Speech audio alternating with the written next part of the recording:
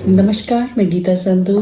Gita astro में आपका स्वागत है। नवरात्र चल रहे हैं तो मैंने सोचा क्यों ना माँ की स्तुति के साथ साथ माँ की चर्चा की जाए, जो उनका स्वरूप है, जिस स्वरूप में वो दुर्गा सप्तशती में हमारे सामने है और क्या कहना चाहती है माँ। अपने जो गूढ़ रहस्य हैं दुर्गा सप्तशती के, उनको हम अध्याय के माध्यम से या उनके स्तवन के माध्यम से कैसे समझ सकते हैं। तो दुर्गा सप्तशती की चर्चा आज मैं आपके साथ में करूंगी। दुर्गा सप्तशती एक महान ग्रंथ है। कहते हैं कि दुर्गा सप्तशती में इतनी पावर है कि भगवान शिव को उसकी शक्तियों को कीलित करना पड़ा, मतलब उनको छुपाना पड़ा, और उनको उन शक्तियों का अनुभव सिर्फ वही कर सकते हैं जो दुर्गा सप्तशती के मर्म को समझते हैं। तो उसके मर्म को समझने की आज ये छोटी सी चेष्टा हम करते हैं कि क्या है दुर्गा सप्तशती का स्वरूप और उसको कैसे हम इन दुर्गा सप्तशती के जो मीनिंग्स हैं, मंत्रों के अभिप्राय हैं, उनको हम इन नवरात्रों में जो कि आश्विन मास के समय चल रहे हैं या चैत्र मास के समय जो आते हैं, तो उसमें हम उनकी शक्ति का उपयोग कैसे कर सकते हैं, उनके मंत्रों को हम सिद्ध कैसे कर सकते हैं, कैसे समझ सकते हैं और किन सिचुएशंस में हम उनको यूज करें, ये सारी बातें आज मैं आपके साथ में करना चाहती हूँ। सबसे पहले तो दुर्गा सप्तशती का जो ग्रंथ है वो बहुत ही पायस है, प्योर है। उनको आप जब भी पढ़ना शुरू करें तो पहले पुस्तक पूजा जरूरी है। तो माथा टेक करके उसके लिए राइस और थोड़े फूलों के साथ में अभिमंत्रित करके आप इन्वोक करते हैं कि माँ की ये जो स्वरूप ही है, जैसे जो शब्द हैं वो ब्रह्म स्वरूप ही हैं, तो माँ का जो स्वरूप इसमें वर्णित है उसको आप समझने की जो भी ये चेष्टा आपकी वो पूर्ण हो सके, इसके लिए आप माँ से भावभीनी प्रार्थना करें ताकि वो आपको अपने स्वरूप को उजागर कर सके। तो प्रार्थना करने के पश्चात उसके जो दुर्गा जी का स्वरूप है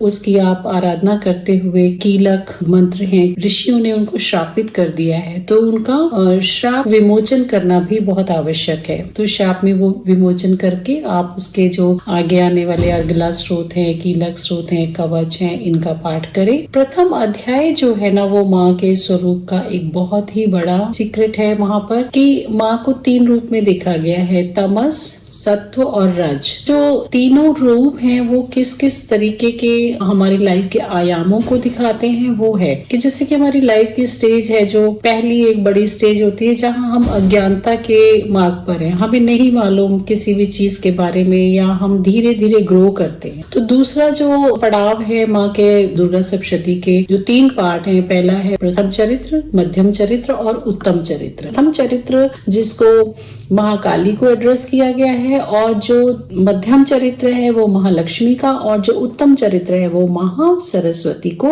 एड्रेस किया गया है। तो ये जो तीनों चरित्र हैं इनमें हमारी लाइफ के डिफरेंट स्टेजेस हैं। First stage we are raw, ignorant and we don't know anything. So out of this sheer negligence and sheer greed, we run through the life. Many times we face failures, intrigues and rivalries and competition in our life. तो वो सारा कुछ हमें बहुत depression भी देता है, परेशानियां भी देता है एंड रिमोर्स भी देता है, और बहुत सारे बैड एक्सपीरियंसेस देता है। ऐसे ही एक्सपीरियंसेस जो सूरत एक किंग है और जो समाधि एक बिजनेस पर्सन है, इन दोनों ने फेस किए। जब इन्हें लगा कि इनके अपनों ने ही इनको कष्ट दिया, ये अपने फिर भी उनको याद करते हैं। तो बहुत सारे ऐसे हमारी लाइफ में लोग हैं, रिश्ते हैं, हम उन रिश्तों की ब्यूटी को रियलाइज ना करते हुए हम अपनी बहुत एक्सपेक्टेशन, माया, बहुत एक्सपेक्टेशन में विमोहित हो करके, जैसे कि भगवान विष्णु की आंखों पर योग माया का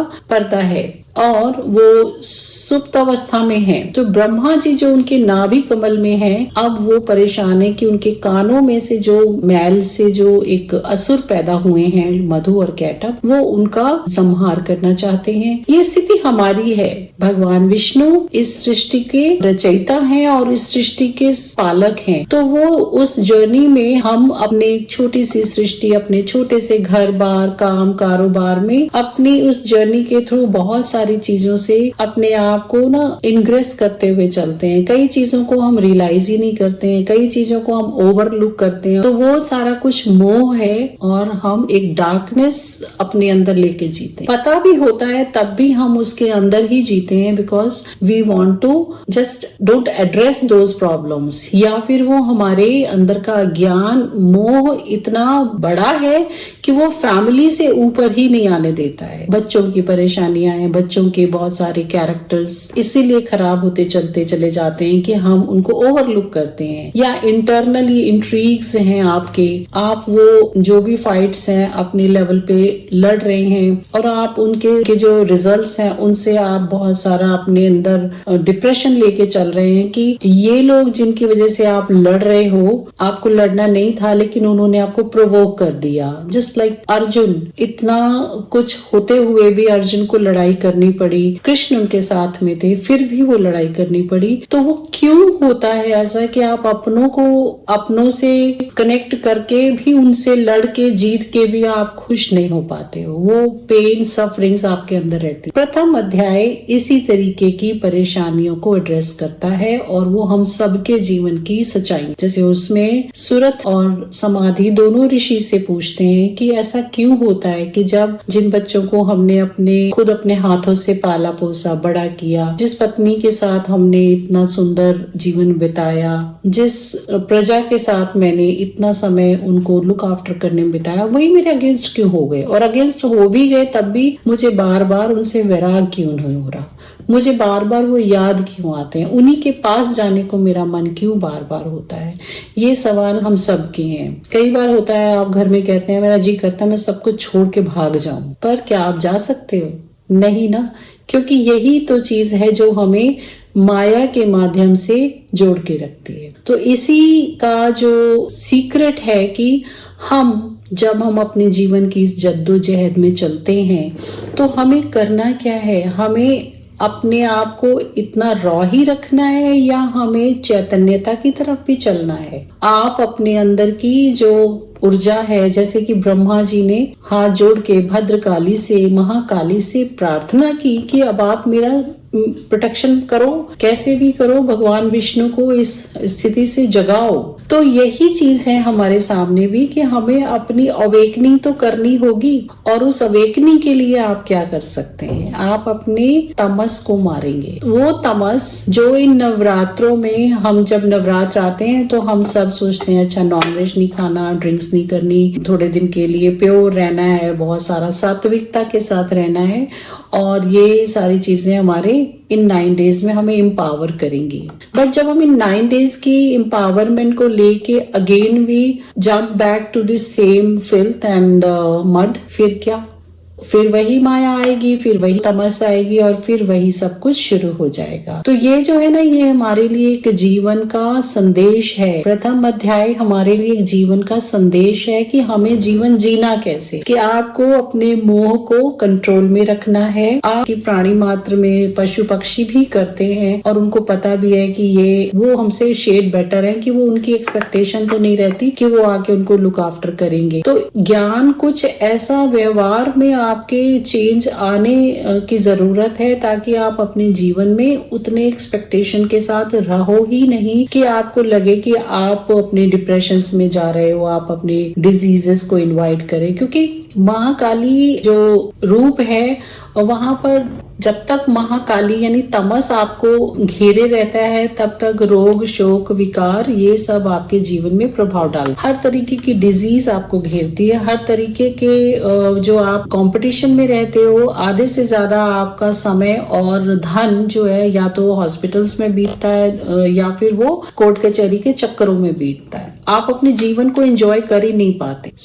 यहाँ जब राजा ने अब डिफीटेड होकर के आ गए और उसका सारा समय ये सोचने में बीत रहा है कि अब मैं दोबारा अपना राज्य कैसे प्राप्त करूंगा, दोबारा मतलब again and again you want to go in the same thing. यही नवरात्र के पहले अध्याय का संदेश है कि जो चेस्टिटी है, जो तमस से विजय लेनी है, वो सिर्फ 9 दिन के लिए नहीं लेनी है, वो आपकी लाइफ का एक अटूट हिस्सा बनना चाहिए, सो दैट कि आप उस बात को आगे चल करके महासरस्वती तक पहुंच सको। जिन चीजों को आप आज प्रैक्टिस में ला रहे हो वो आपको थोड़े दिन के लिए ही लिबरेट नहीं कर पाएंगी। वो एक पाथ ऑफ लाइफ है, उनको आपको प्रैक्टिस करना है फॉर एवर। और तभी इस जो ग्रंथ में छुपे हुए मंत्र हैं वो आपको एम्पावर करेंगे। आपने सिद्धि साधना जो कुछ भी करनी है फॉर आने वाले समय के लिए, फ्यूचर के लिए आप बहुत सारी सिद्धियां करना चाहते हैं, लेकिन उनका जो आपकी लाइफ में फ्रक्टिफिकेशन होगा वो तभी होगा जब आप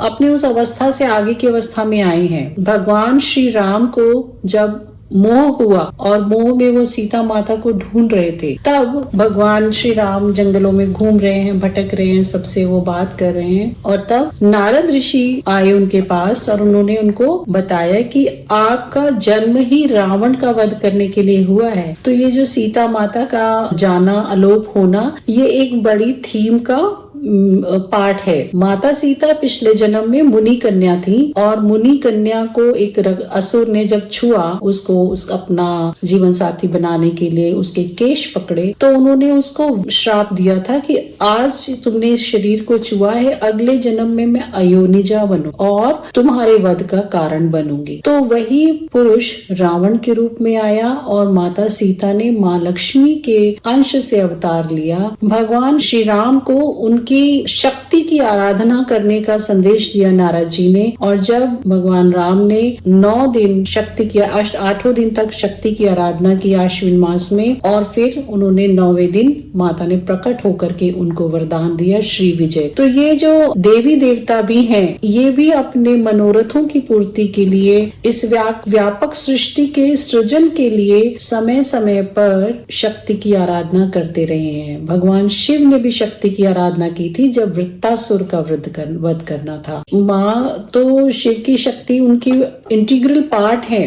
भगवान शिव अगर उनमें से इकार की मात्रा को निकाल देना तो भगवान शिव भी शव हो जाते हैं। तो शिव की शक्ति जो है ना, वो इकार यानी वो स्त्री है, वो माँ है उनके अंदर, जो उनकी पावर को एक्चुअली में शेप देती हैं। तो इसलिए ये नवरात्र या कोई भी आगे आने वाले समय शक्ति के जो पर्व होते हैं, इसमें जब आपने आराधना करनी है तो इसको अपने अंदर संजो के रखने की जरूरत है। उसके जो मैसेज है उसको समझने की जरूरत है। तो आप जो भी मंत्र सिद्ध करेंगे उसको एवरी डे आप उसको चैंट कीजिए, अपनी लाइफ का एक हिस्सा बनाइए, और इस नॉलेज को अपने अंदर रखेंगे तो ये आपको अंतिम अध्याय 13वें अध्याय तक, जहां पर माता ने प्रकट होकर के फिर वरदान दिया कि तुम अपनी मनमर्जी का वर मांगो, तो ऐसा ही हमारे जीवन में एक सॉल्वेशन का पॉइंट आएगा। हमें एक वैराग पैदा होगा या हमें साम्राज्य मिलेगा, एक नई सृष्टि की रचना करने में हम समर्थ होंगे, क्योंकि सूरत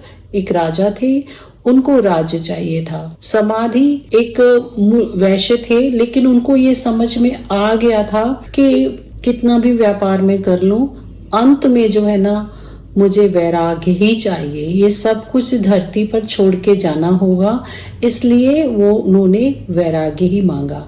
तो हमारी जो यात्रा है ना, नॉलेज से फ्रॉम असतो माँ सदगमय तमसो माँ ज्योतिर्गमय, तो तमस से ज्योति की तरफ की ये जर्नी है नवरात्रों की।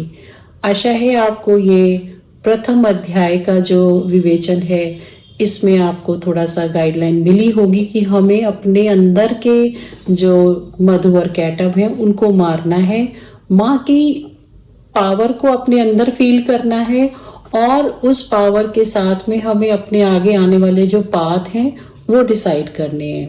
मतलब है कि हमें सेल्फ एनालिसिस करना, हमारे अंदर की जो पावर है उसमें जो हमारा मद है यानी जैसे कि हम किसी के राइट्स को जानते हुए भी हम अपने ऑब्सेशन को उन पर थोपते हैं, तो वो जो ट्रेसपासिंग है वो नहीं होनी चाहिए।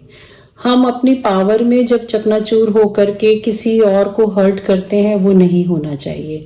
चाहे आप जितने मर्जी नवरात्रों के व्रत रखें, अगर ये टेंडेंसीज हमारी हैं तो हम आगे जीवन में कभी भी वैराग्य तक तो पहुंच ही नहीं सकते। महासरस्वती हमसे दूर ही रहेंगी, लक्ष्मी तक तो हम पहुंच भी जाएंगे लेकिन ज्ञान तक नहीं पहुंच सकते। सो मैं चाहती हूँ कि आप सब के सब प्रथम अध्याय के इस गूढ़ के जो डेप्थ में जो मैसेज है उसको समझें और अपने जीवन को शुभ बनाएं। नमस्कार।